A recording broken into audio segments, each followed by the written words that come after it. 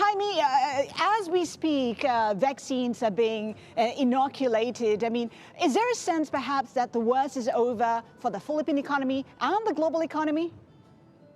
I wouldn't say that things are over. It's been a tough second quarter, and the way I measure things as Linda is on a quarter-by-quarter basis rather than taking the year as a whole. When you look at the year as a whole, you'll get the negative effects of the second quarter. But on a quarter-by-quarter basis, both the corporation and the country are getting better. Basically, COVID cases are down to about 2,000 a day in the Philippines, which I think is manageable.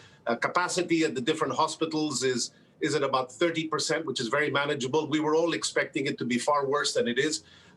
Things definitely won't be over. Medium-sized companies will go through a little bit of pain moving into 2021. And until a vaccination program really takes place in the country, which possibly could start halfway through 2021, it's going to be hard to see people feeling healthy and safe.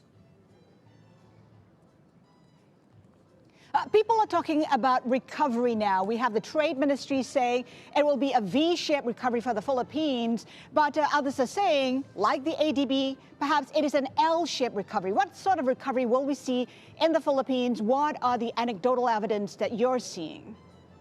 Yeah, well, I tend to be a little bit more conservative generally, but there are green shoots in one way or another. For example, merchandise exports in the Philippines are up year on year. Agriculture is up. Service industries, of course, are down. But if you look at the operating statistics, I guess, across our group of companies, measured on a quarter-by-quarter basis, second quarter to third quarter, foot traffic is up by 10 to 15% in our malls. Land sales are at about 70% of what they used to be pre-COVID. That's not so bad. I expected a lot worse. The two companies we have, the water company, the three companies, energy company and the telecom company, are all at pre-COVID levels, if not a little bit ahead. So it's a balanced scorecard. Essentially, transportation has just started to open up again in the Philippines, so people are starting to move again. And so you've got some positives, you've got some negatives, but definitely from a second quarter to third quarter to fourth quarter, we're seeing improvements across the economy. Consumption, of course, is key to the Philippines, 2/3 of the GDP. For your malls, when do you expect perhaps foot traffic to recover to pre-pandemic levels? I think that's going to take a little time. During the pandemic, it went down to about 15 to 20% of what the level was before. We're now at 30 to 35%. That's about the 10 to 15% increase. But to see it go back to pre-pandemic levels, I don't think is a realistic assumption, certainly not through 2021. People are cautious, they're concerned for their health, and generally you won't see movement. So, but e-commerce in return is up. People are purchasing things in new ways. People are getting their products and services in new ways. And we as a corporation are trying to adjust to that reality. So our malls will have to revisit their model until a vaccine is available. But in the meantime, we have concierge services. We're able to continue selling in different ways. But the numbers probably won't be up to what they were before until the end of 2021. Having said that, Jaime, take us through the tweaks you've had to implement to your business models. People talk about how the crisis provides an opportunity to rethink about the future and how businesses are run. What are you looking at?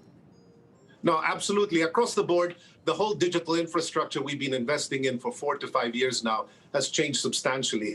Basically, we've had to move very quickly to upload it. For example, 20% of sales in our real estate group now are done digitally, completely. People don't even see the lot, they don't see the product, and they sign their contracts all digitally. That was less than 3% just a year ago.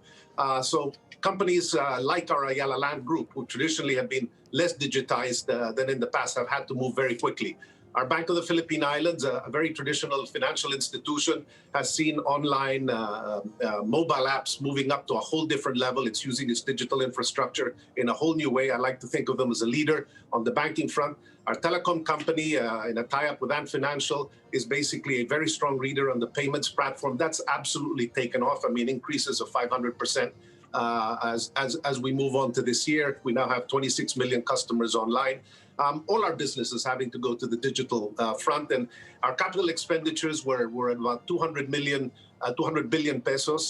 That was the plan. We're at about 120, so about 60% of what we had planned. But a lot of that's going into telecom infrastructure, and and the continuous support, I guess, of the different businesses we have, upgrading their different pieces of infrastructure. So first and foremost is keeping our people safe and healthy. I think we've achieved that. Then we're working on the ecosystem around us. We have about 250,000 medium-sized industries that surround our group. We've convened them. We're getting them together. We're giving them financial help, advice, and treating it as an ecosystem that's important to us. And finally, to the community at large, we're also working we're hand in hand with the government on testing facilities, vaccinations, and the like. So there's a lot of private sector, public sector collaboration taking place, and we're just adjusting to the changing times. Speaking of adjusting, and on the issue of CapEx, not surprising that it was cut in 2020. What are the prospects for 2021? Where do you see opportunities? I mean, how about renewables? Because that is an area of focus for you. Yeah, I think we're the largest green bond issuer through our AC Energy group in the country. We've raised over $1 billion at this point in time. And the renewables market is very exciting. We're aiming to have, 5 gigawatts of capacity by 2025.